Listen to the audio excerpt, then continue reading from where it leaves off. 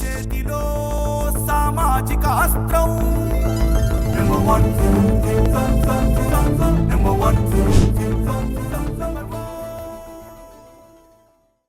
వ్యాపార నిమిత్తం ఫ్యాక్టరీని కొనుక్కున్నారు. సొమ్ము మొత్తం అప్పజెప్పలేదు. ఫ్యాక్టరీ తాలూకా రావాల్సిన డబ్బులు అడిగితే అదిగో ఇదిగో అంటున్నాడు.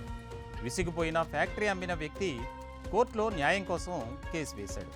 కోర్టులో కేసు నడుస్తుంది. అయితే హఠాత్తుగా వ్యాపార లావాదేవీల మధ్య కులాల గొడవ మొదలైంది. అధికార పార్టీకి చెందిన కులపోడిని సిఐ ఎస్ఐ మా కులపోళ్ళు ఏదైనా చేస్తానని సవాల్ చేశాడు. ఆ మహానుభావుడి పేరు బండ్లమూడి పోతురాజు.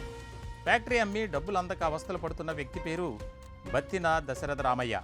ఊరు మంగళగిరి. ఫ్యాక్టరీ అమ్మిన బత్తిన దశరథ రామయ్యకు వార్నింగ్ ఇస్తున్నాడు. నువ్వు మగాడవైతే ఫ్యాక్టరీకి రా, నేనేంటో చూపిస్తానని సవాల్ విసురుతున్నాడు. దీనిపై జనసేన వీర మహిళ న్యాయవాది రజనీ స్పందించారు. మరో దారకానిపాడు సంఘటన మంగళగిరిలో జరగకూడదని, పోతురాజుపై చర్యలు తీసుకోవాలని మంగళగిరి రూరల్ పోలీసులకు ఫిర్యాదు చేశారు. గతంలో ఇటువంటి ఘటనలను ధైర్యంగా ఎదుర్కొన్న రజనీ పోలీసులు తక్షణమే ఈ విషయంలో చర్యలు తీసుకోవాలని డిమాండ్ చేస్తున్నారు. నమస్తే అండి. ఇప్పుడు మనం మంగళగిరి పోలీస్ స్టేషన్ గేట్ బయట ఉన్నాం. మీరు చూస్తే ఈ ఎఫ్ఐఆర్ 420 చీటింగ్ కేసు అంటూ నమోదు చేసినారు. ఈ నమోదు చేసిన కేసులో నమోదైనవి ఇతని పేరు చూస్తే పోతురాజు, బండ్లమూడి పోతురాజు, బండ్లమూడి ప్రవీణ్ కుమార్, బత్తినేని దశరథ రామయ్య, అనిత అంటూ ఇలా ఎంతమంది పేర్లు పెట్టారు చూడండి. ఒక 6 పేర్లు పెట్టారు. A1, A2, A3, A4, A6 వరకు. ఓకేనా. నమోదు చేసిన కంప్లైంట్ పూర్తిగా సివిల్ దావాకి సంబంధించినటువంటి కంప్లైంట్.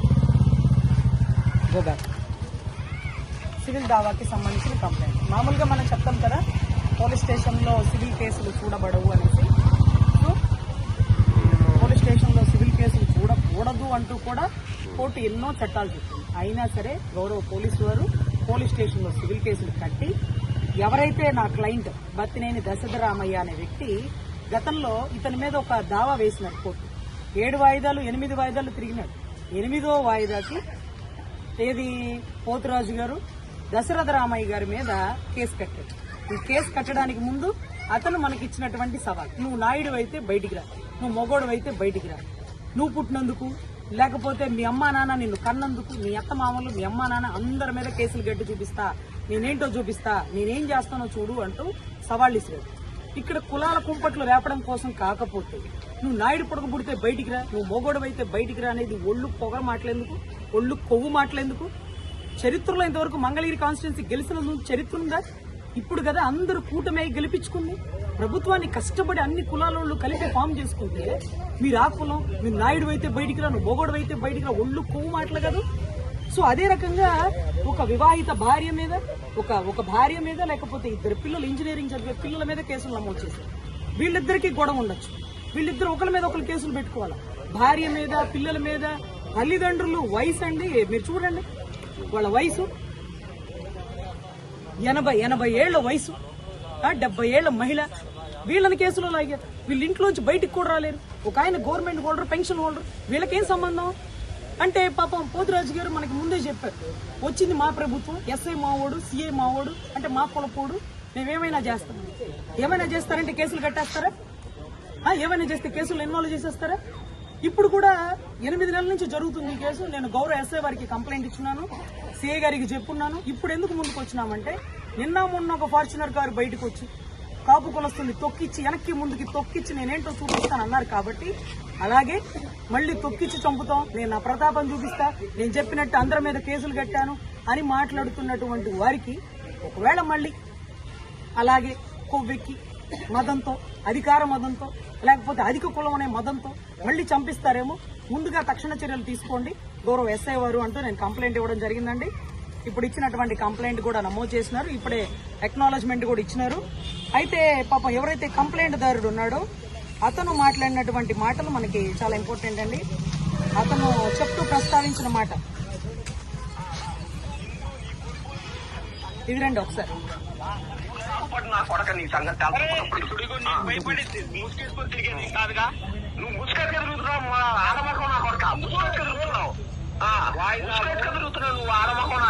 నీకు డబ్బులు చేతకాల, ఇప్పుడు దాకా నోరు ఎక్కువ జారావు, గుర్తుపెట్టుకో. నేను నీకు తక్కువ ధర ఇప్పుడు దాకా రాము గారనే మర్యాద ఇచ్చా. నీకు తక్కువ ధర.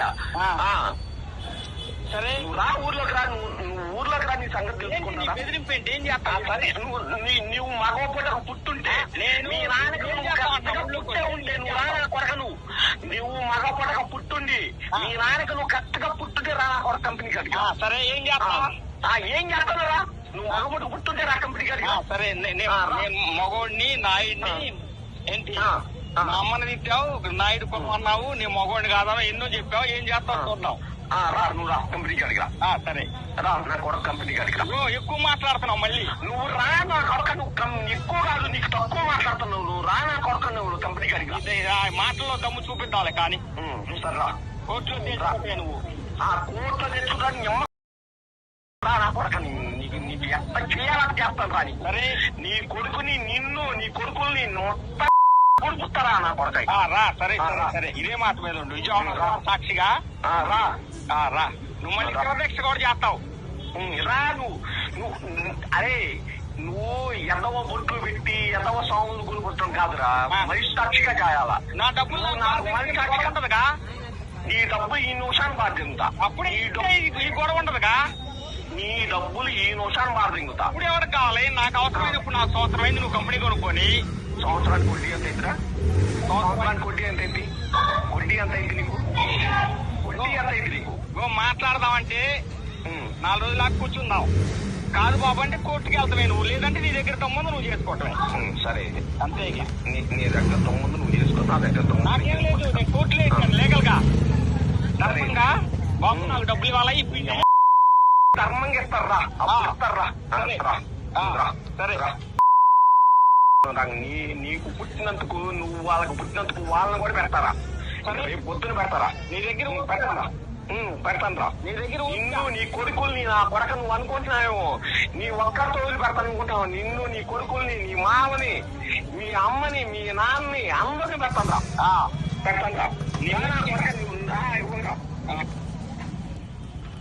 సో ఇప్పుడు ఏదైతే మీరు రికార్డింగ్ విన్నారో అతను చెప్పినట్టుగా ఈ కేసులో ఎప్పుడు ముద్దాయి కంప్లైంట్ వీళ్ళిద్దరే, అంటే ఎవరైతే కంప్లైంట్ ఇచ్చారో ఎవరైతే ఆరోపించినారో వారి మీద, కానీ ఎప్పుడు తల్లిదండ్రులని భార్యని బిడ్డల్ని కలిపినటువంటి చరిత్ర లేదు.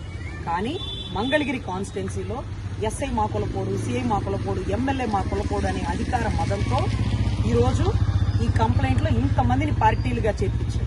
సో గౌరవ ఎస్ఐ గారికి చెప్పినాను, ఈ కేసులో ఇంతమందిని పార్టీలుగా పెట్టకూడదు కదా సార్ అంటే, మేము ఎంక్వైరీ చేపిస్తామండి, కంప్లైంట్లో ఇచ్చిన వాళ్ళందరి పేర్లు రాసేసినాం, మేము ఎంక్వైరీ చేయించి ఒక 4-5 రోజుల్లో తీయిస్తామని 8 నెలల క్రితం చెప్పారు. సో ప్రాసెస్ జరుగుతుంది అన్నారు. ఒక 2-3 రోజుల్లో తీపిస్తామని అన్నారు.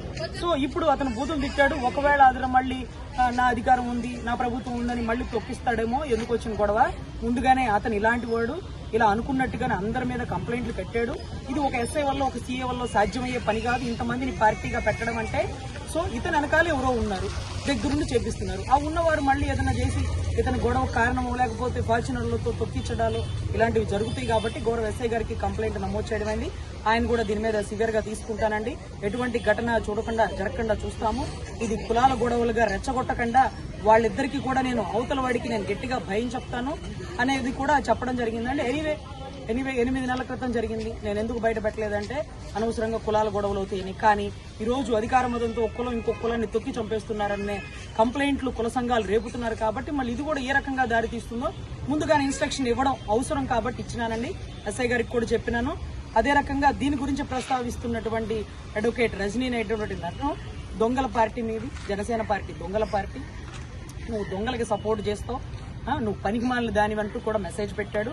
ఆ మెసేజ్ స్క్రీన్ షాట్లు కూడా నేను గౌరవ ఎస్ఐ గారికి చూపించినాను. నీకు దమ్ముంటే పోలీస్ స్టేషన్ రా, మాట్లాడుకుందాం రా, పనికిమాలిన వాళ్ళు ఎవరో, పనికి వచ్చే వాళ్ళు ఎవరు, ఎవరిది దొంగల పార్టీనో ఎవరిది కేసుల పార్టీనో తర్వాత చూసుకుందాం, నువ్వు ముందురా అనేది కూడా నేను మెసేజ్కి రిప్లై ఇచ్చినానండి. సో అది మాత్రం నేను కంప్లైంట్ ఇవ్వలేదు. అది ఎక్కడ మాట్లాడాలో ఎక్కడ చేయాలో అతనికి ఎలా సమాధానం చెప్పాలో నాకు తెలుసు. సో ఇప్పుడు వీళ్ళ ప్రాణాన్ని వరకు రక్షణ కల్పించండి గౌరవ ఎస్ఐ గారి దగ్గర కంప్లైంట్ ఇవ్వడం జరిగింది. దీన్ని సిఐ గారి దగ్గరికి, డిఎస్పీ గారి దగ్గరికి కూడా తీసుకువెళ్తాం.